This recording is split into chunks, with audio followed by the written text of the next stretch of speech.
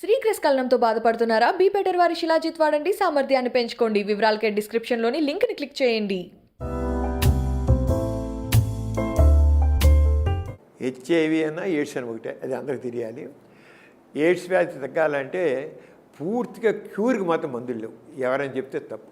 అయితే ఒక బీపీ వస్తే బీపీని కంట్రోల్ పెట్టడానికి ఎలా మందులు ఉన్నాయో, అలాగే షుగర్ వస్తే షుగర్ని కంట్రోల్ పెట్టడానికి చక్కని మందులు ఎలా ఉన్నాయో, అలాగనే ఎయిడ్స్ వ్యాధిని కూడా పూర్తిగా అదుపులో ఉంచడానికి మందులు ఉన్నాయి.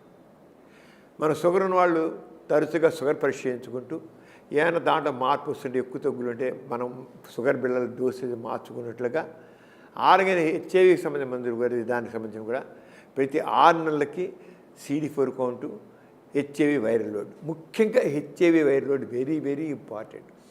ఎందుకంటే హెచ్ఐవికి వాడే మందులు వీటినే ART మందులు అంటారు, యాంటీ రిట్రోవైరల్ థెరపీ ART అంటారు.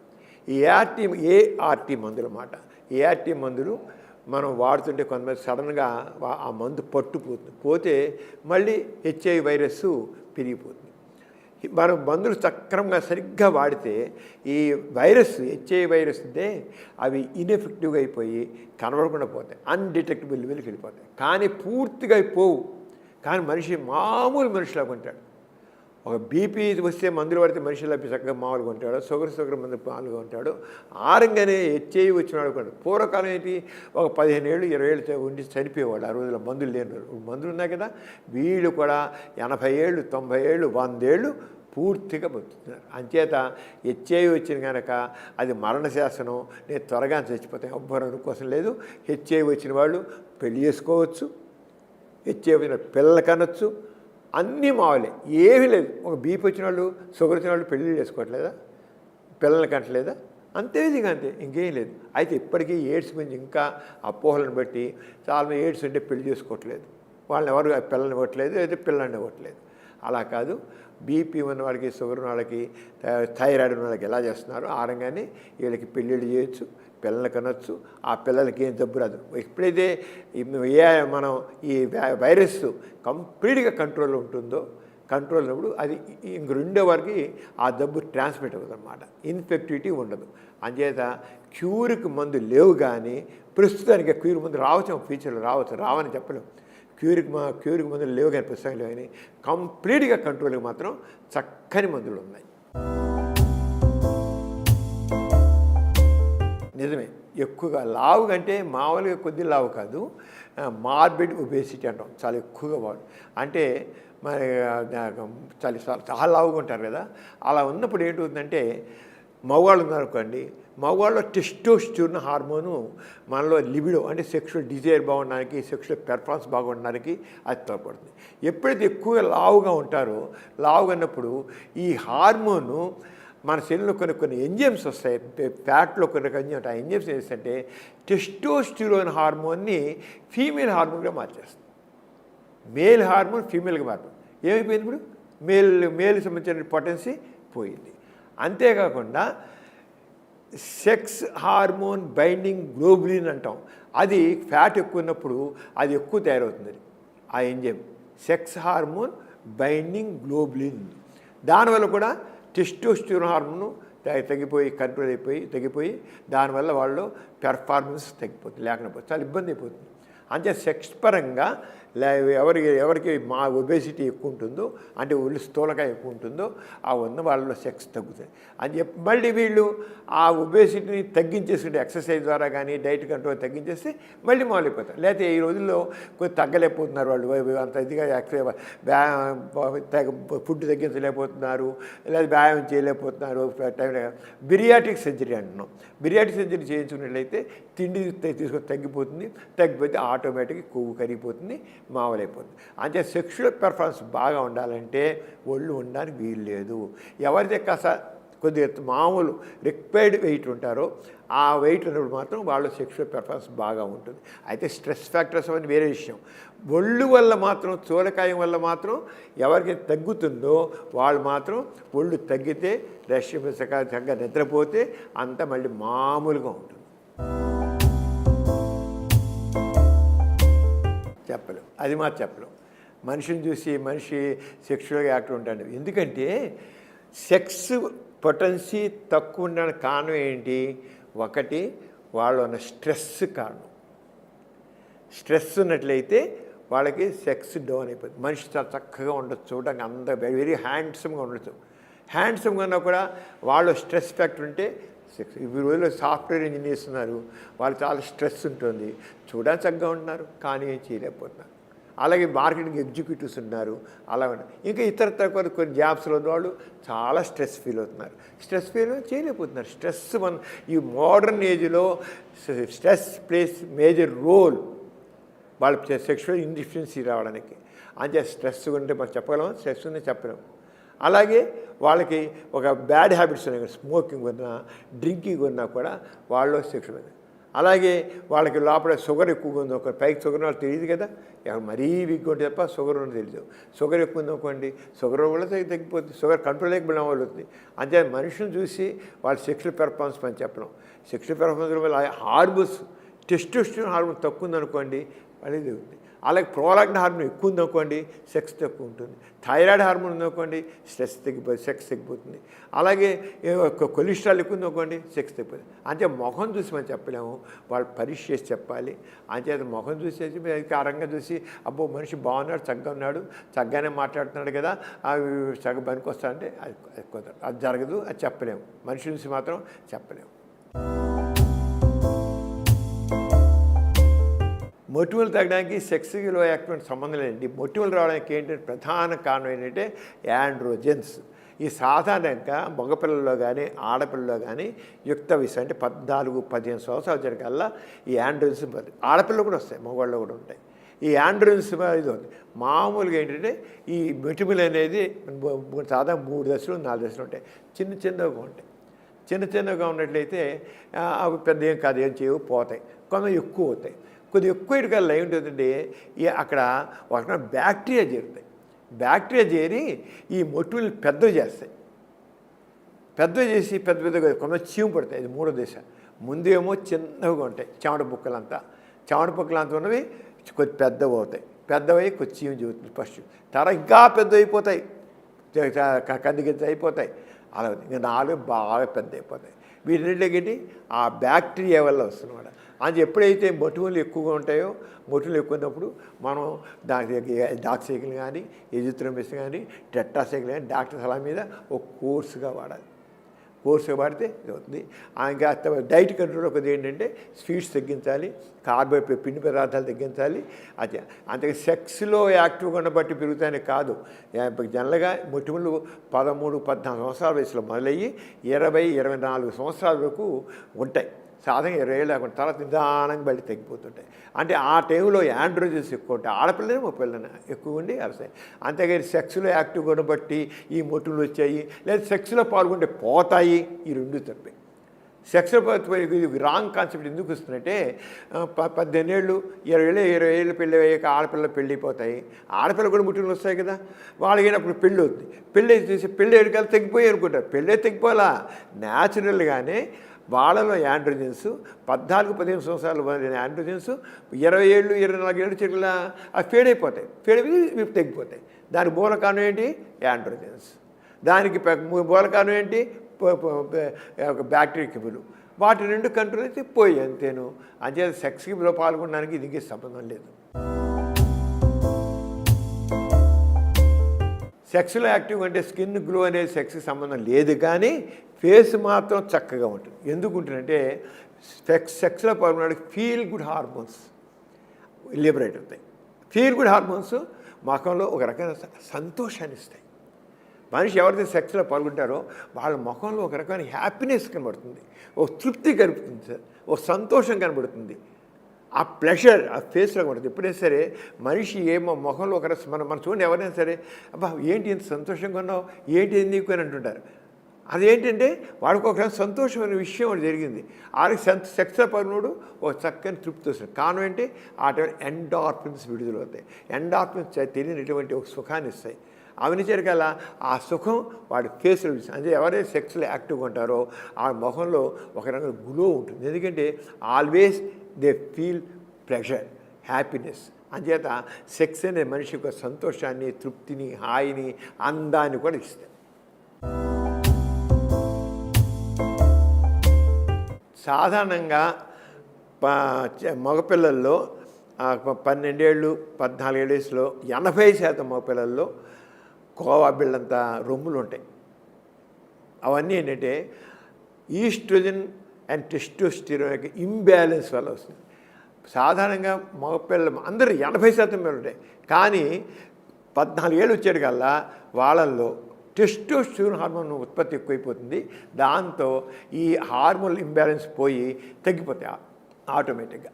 కొంతమందిలో మాత్రం ఈ హార్మోనల్ ఇంబ్యాలెన్స్ కరెక్ట్ అవ్వదు.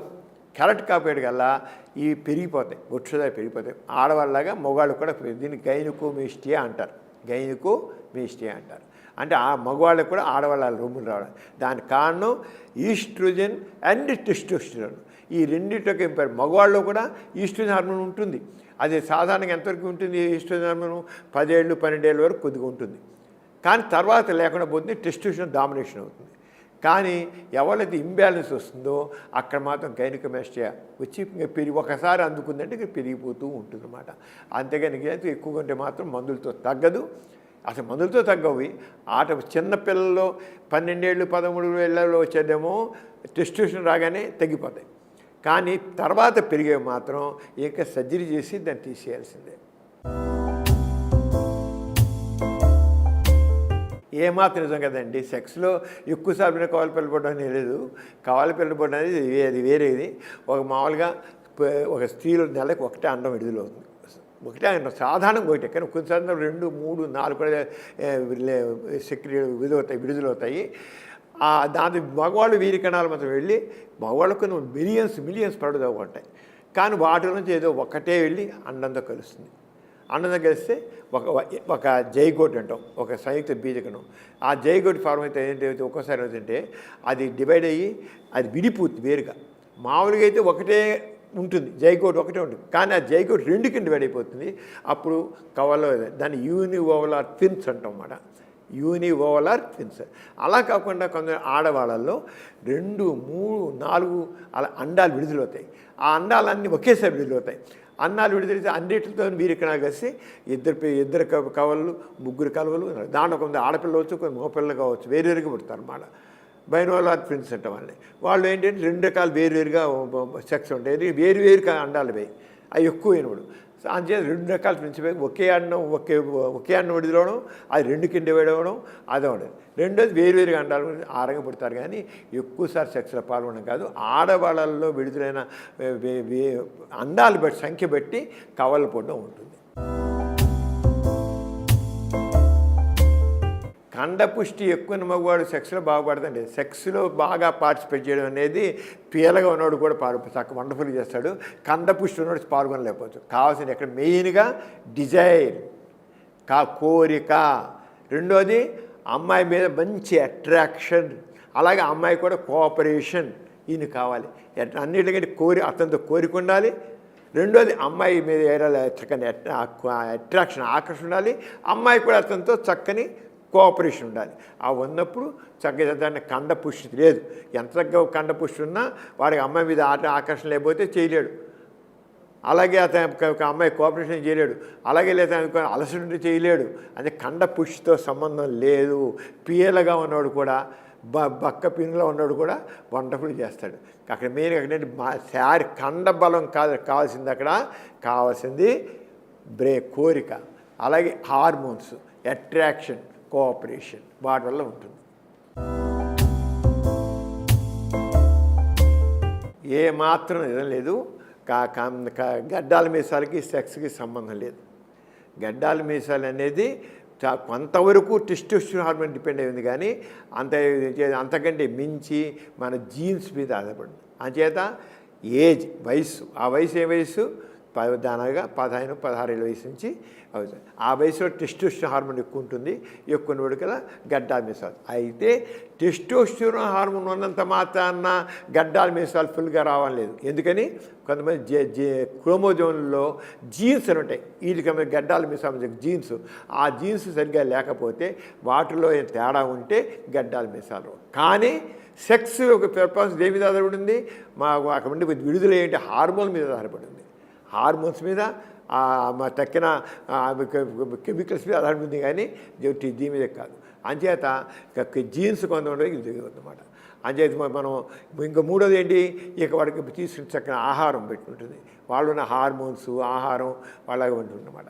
అలా ఉంటుంది. కానీ కేవలం వాడు ఏదో టెస్టోస్టెరాన్ లేదు కనుక, గడ్డాల మీసాలు లేవు కనుక వాడు సెక్స్లో ఇన్ఎఫిషియెంట్ అనుకుని పొరపాటు.